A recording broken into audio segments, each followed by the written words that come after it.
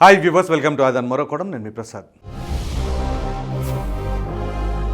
YCP నుంచి మరో మహిళా మాజీ మంత్రి జంప్.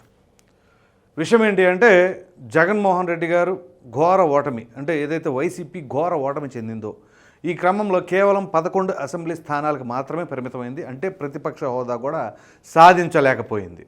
మరి ఇటువంటి తరుణంలో ఓడిపోయిన నాయకుల పరిస్థితి ఏమిటి? వైసీపీకి భవిష్యత్తు ఉందా? మరి ఈ నాయకుల భవిష్యత్తు ఏంటి? ఒకవేళ వైసీపీ భవిష్యత్తు పైన ఏదైనా సరే వీళ్ళకి అనుమానం ఉన్న క్రమంలో ఇక మనం ఇక్కడుంటే మన మనుగడ ఉండదు అని భావించారో ఏమో కానీ, మొత్తానికి వైసీపీ వీడి వేరొక పార్టీలోకి వెళితే ఏమైనా సరే ఎంతో కొంత ఆ పార్టీలో ఉంటే మన మనుగడ ఉంటుంది అనే భావనలో ఉన్నారో ఏమో కానీ, ఇప్పుడు ఒకరి తర్వాత ఒకరు వైసీపీని వీడటానికి క్యూ కడుతున్నారు. అంటే ఇక దీనిని బట్టి వైసీపీ భవిష్యత్తు ఏంటి అనే ఆలోచన ప్రతి ఒక్కరి మధ్యలో మెదులుతూ ఉంది. సో ఏదైతే మనం దీనికి ముందు ఒక వీడియోలో కూడా మాట్లాడుకున్నాం, మాజీ మంత్రి సిద్ధా రాఘవరావు గారు ఆయన వైసీపీకి రాజీనామా చేసిన సంగతి మనందరికీ తెలిసిందే. ఈ క్రమంలో మరి ఇప్పుడు కొంతమంది క్యూ కడుతున్నారు అని చెప్పేసి వార్తా కథనాలు వస్తున్నాయి. సో ప్రస్తుతం ప్రముఖంగా వినపడుతున్న పేరు ఎవరిది అంటే, మాజీ మంత్రి, మహిళా మంత్రి ఎవరో కాదండి, విడుదల రజని.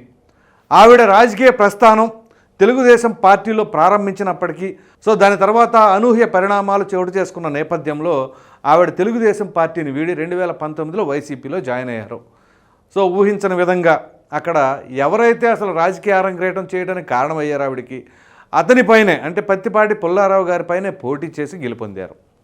సో ఇక దాని తర్వాత ఆవిడ వెనుదిరిగి చూసుకోలే.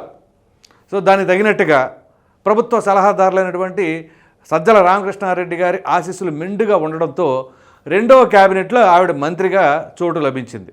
సో ఈ క్రమంలో ఆవిడ మంత్రిగా ఎప్పుడైతే అయ్యారో అప్పటి నుంచి అవినీతి అక్రమాలు విచ్చలవిడిగా పెరిగిపోయాయని చెప్పేసి ఆవిడపైన అనేక రకాలైన ఆరోపణలు. దానికి తగినట్టుగా చిలకలూరుపేట కాదు, చుట్టుప్రక్కల ఎక్కడ ఏ పంచాయతీలు జరిగినా ఏమి జరిగినా సరే వాళ్ళ కమిషన్ వాళ్ళకి ముట్టాలి అని చెప్పేసి వార్తా కథనాలు అప్పట్లో చాలా వచ్చాయి.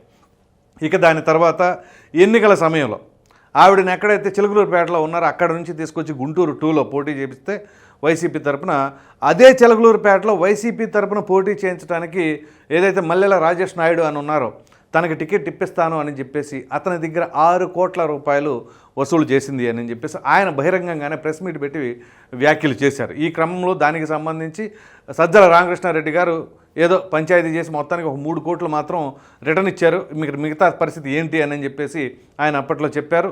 సో ఈ క్రమంలో అనేక రకాలైన అవినీతి ఆరోపణలు విడుదల రజనీ గారు మూటగట్టుకున్నారు. సో మొన్న గుంటూరు 2లో ఆవిడ ఘోర ఓటమి పాలయ్యారు. సో రాజకీయ అరంగేటం అప్పుడే చేసిన గల్లా మాధవి గారి పైన ఆవిడ భారీ తేడాతో ఓడిపోవటం. సో ఇప్పుడు మరి రాజకీయ భవిష్యత్తు ఏంటి? వైసీపీ పరిస్థితి చూస్తే ప్రతిపక్షంలో కూడా లేదు. మరి వైసీపీలోనే ఉంటే భవిష్యత్తు ఏంటి? ఎందుకంటే ఆవిడ young and dynamic leader. So ఇటువంటి ఆవిడకి ఇంకా ఎంతో ఫ్యూచర్ ఉంది. సో ఈ పార్టీలో ఉంటే మనం ఉండలేమేమో, మరి ఏంటి, ఏం చేయాలి? సో ఇంకేమైనా ఆప్షన్స్ ఉన్నాయా అంటే, వైసీపీలో నాయకులకి ప్రధానంగా ఒకటి Telugu Desam, 2 Janasena leading parties.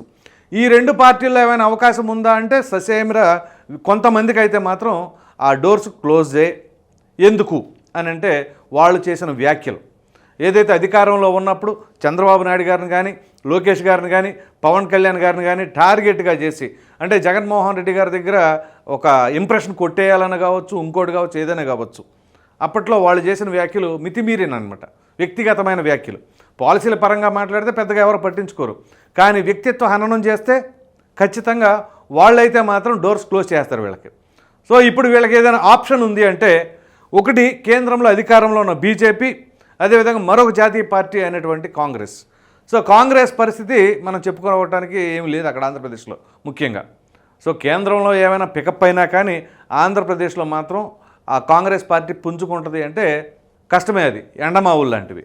So ఇటువంటి తరుణంలో మరి ఈవిడ ఖచ్చితంగా ఏదైనా ఆప్షన్ ఉంది అంటే బీజేపీలోకి వెళ్ళటానికి అవకాశం ఉంది అని చెప్పేసి చర్చలు కూడా జరుపుతున్నారు అని చెప్పేసి వార్తలు వస్తున్నాయి. అందులో ఎంతవరకు వాస్తవం ఉంది అని చెప్పేసి అంటే, ఆవిడ పార్టీ వీడతారని ఇప్పుడే కాదు, ఆవిడ మొన్న ఎన్నికలకు ముందు టికెట్ ఇచ్చినప్పుడు కూడా ఒకవేళ కూటమి ప్రభుత్వాన్ని ఏర్పాటు చేస్తే ఖచ్చితంగా పార్టీ మారిపోవాలి రేపు ఓడిపోయిన తర్వాత అని చెప్పేసి భావనలో ఉన్నారని చెప్పేసి అప్పట్లోనే వార్తలు వచ్చినాయి. కాకపోతే అసలు గెలిచేది ఎవరు ఓడేది ఎవరు ఆ ఎన్నికల ఫలితాలు వచ్చిన తర్వాత కానీ ఈవిడ ఎటువంటి నిర్ణయం తీసుకోవడానికి అవకాశం అంటే ముందే ఆప్షనల్గా పెట్టుకున్నారు అని వార్తలు కూడా వచ్చాయి. సో ఇప్పుడు ఏదైతే ఊహించారో ఖచ్చితంగా కూటమి అధికారంలోకి వచ్చేసింది. వైసీపీకి మరి మనుగడే లేకుండా పోతుంది ప్రస్తుతం అయితే. తర్వాత 2-3 సంవత్సరాలు ఏమైనా పుంజుకుంటుందా, పుంజుకుంటే ఎలా ఉంటుంది, మరలా ఏమైనా అధికారంలోకి వచ్చే స్కోప్ ఉంటుందా, లేదు ఈసారి ప్రతిపక్ష హోదా సంపాదించుకోవడానికి స్కోప్ ఉంటుందా, ఇట్లాంటి ప్రశ్నలన్నీ కూడా ప్రతి ఒక్కరి మధ్యలో మెదులుతూ ఉంటాయి. కాబట్టి సో ఇప్పుడు మనమైతే మాత్రం ఇక్కడ వైసీపీలో ఉంటే రిస్కే అనే ఉద్దేశంలో ఈ యొక్క వైసీపీ నాయకులు ఏదైతే ఓటమి చెందిన తర్వాత ఆ డెసిషన్కి వచ్చారో అని చెప్పేసి అనుకోవడానికైతే ఆస్కారం మెండుగా ఉంది. సో ఇటువంటి తరుణంలో ఇప్పుడు విడుదల రజనీ గారు ఖచ్చితంగా పార్టీ మారబోతున్నారు, త్వరలోనే ఆ నిర్ణయం ప్రకటించే అవకాశం ఉంది అని చెప్పేసి మరి అక్కడ కొంతమంది ఎవరైతే విడుదల రజనీ గారికి దగ్గరగా ఉండేవాళ్ళే చెప్పారు అని చెప్పేసి మరి కొంతమంది రాజకీయ విశ్లేషకులు సైతం అభిప్రాయపడుతూ ఉన్నారు. సో మొత్తం మీద ఇక్కడ మనం మాట్లాడుకోవాల్సి వస్తే ఆవిడ ఏదైతే రాజకీయ అరంగేటం చేశారో అతి తక్కువ కాలంలోనే మొట్టమొదటిసారి ఎమ్మెల్యే అవగానే ఆవిడికి మంత్రి పదవి దక్కడం అనేది సామాన్యమైన విషయం కాదు. సో అటువంటిది ఇమీడియట్గా ఇక ఆ పదవీ కాలం అయిపోవటం, ఆ ప్రభుత్వం ఆ పార్టీ ఓడిపోవటం ఎన్నికల్లో, ఇక దాని తర్వాత పరిస్థితులు మీకు తెలియదేం కాదు. సో ఒక స్పార్క్ అంటారు చూసారా, మెరుపుతేగా ఒకసారి వచ్చి వెళ్ళిపోమ్మ అన్నట్లుగా ఇక్కడ వైసీపీ పరిస్థితి కానీ వైసీపీలో గెలుపొందిన నాయకులందరూ కూడా ఎట్లాగుంది అంటే వన్ టైం ఎంపీలు కావచ్చు, వన్ టైం ఎమ్మెల్యేలు కావచ్చు, వన్ టైం మినిస్టర్లు కావచ్చు, అలా అనూహ్యంగా అవకాశాలు రావటం, గెలవడం, మరలా ఆ తర్వాత ఘోర ఓటమి పాలైపోవటం. సో ఉదాహరణకి చెప్పుకోవాల్సి వస్తే అట్లా చాలామంది ఉన్నారు. బాపట్ల మాజీ ఎంపీ అయినటువంటి నందిగాం సురేష్ గారు ఆయన జీవితంలో ఎప్పుడు కూడా ఊహించుండరు ఆ విధంగా ఎంపీ అవుతారని. సో ఎంపీ అయ్యారు, దాని తర్వాత ఇప్పుడు ఓటమి పాలయ్యారు. ఇప్పుడు పరిస్థితి ఏంటి అంటే అగమ్మే గోచరం. ఆ పార్టీని నమ్ముకొని ఉంటారు, పార్టీకి భవిష్యత్తు ఉంటే ఉండినట్లు, లేకపోతే ఇక అంతే. సో ఆ విధంగా ఇంకా సీనియర్ మోస్ట్ రాజకీయ నాయకులు కూడా చాలామంది ఉన్నారు. సో మొత్తానికి ఇప్పుడు ప్రస్తుతానికి ఉన్న సమాచారం ప్రకారంగా మాజీ మంత్రి అయినటువంటి విడుదల రజనీ గారు పార్టీ వేయడానికి సిద్ధంగా ఉన్నారట. మరి అది ఎంత త్వరగా జరుగుతుందా లేకపోతే కొంచెం నిదానంగా జరుగుతుందా ఏంటి తెలియాలి అంటే మరికొన్ని రోజులు వేచి చూడవలసి ఉంది. ఈ వీడియో కనుక మీకు నచ్చినట్లయితే లైక్ చేయండి, షేర్ చేయండి. అదేవిధంగా వైసీపీ మాజీ మహిళా మంత్రి విడుదల రజనీ గారు పార్టీ నుంచి జంప్ అయిపోతున్నారు, ఇక బై బై వైసీపీ అని చెప్పేసి ఏదైతే వార్తలు వస్తున్నాయో వాటిలో ఎంతవరకు వాస్తవం ఉన్నదని ఖచ్చితంగా కామెంట్ సెక్షన్లో తెలియజేయండి. మరిన్ని వీడియోస్ కోసం మన ఆదాయం ఛానల్ సబ్స్క్రైబ్ చేయడం మాత్రం మర్చిపోకండి. Thank you.